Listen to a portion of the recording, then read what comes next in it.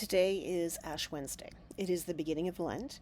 Um, it's the time when we stop and pause and walk with Jesus for 40 days.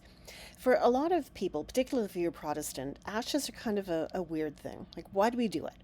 And a lot of people are still toting the medieval assumption that this is a season of penance and that we have to look at how horrible we are. But that's not what this is about.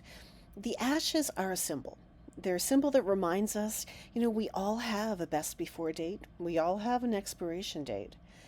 It reminds us that life is short and we're here to do things to make people better, to make life better. We're here to learn. We're here to so many things that are positives about living, but it's not going to be forever. So the ashes remind us that death is out there eventually. And then we have to start to realize our time being limited, we have to use it well.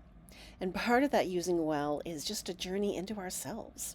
What are we working for? What are we accomplishing? Are we doing what we want to be doing with our lives? Is there places that we wish we had stopped something or started something? What is going on for us personally? And it doesn't take very long into that kind of retrospective, into introspective, to realize that we can parallel a lot of the journey that Jesus took to Jerusalem. By the time he was headed to Jerusalem, he was not trying to be everybody's friend anymore. He had a heavy job to do, and he knew it. And he did his best to explain to his friends and his closest followers what was going to happen, even if they didn't understand it, they didn't want to follow it, they didn't want to listen. But it didn't stop the message from being true, and it didn't stop it from being Jesus' journey.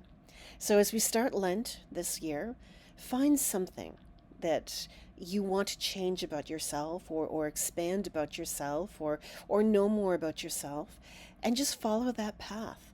As we start this 40 days, it is a fantastic time for a reset. It's slow walking.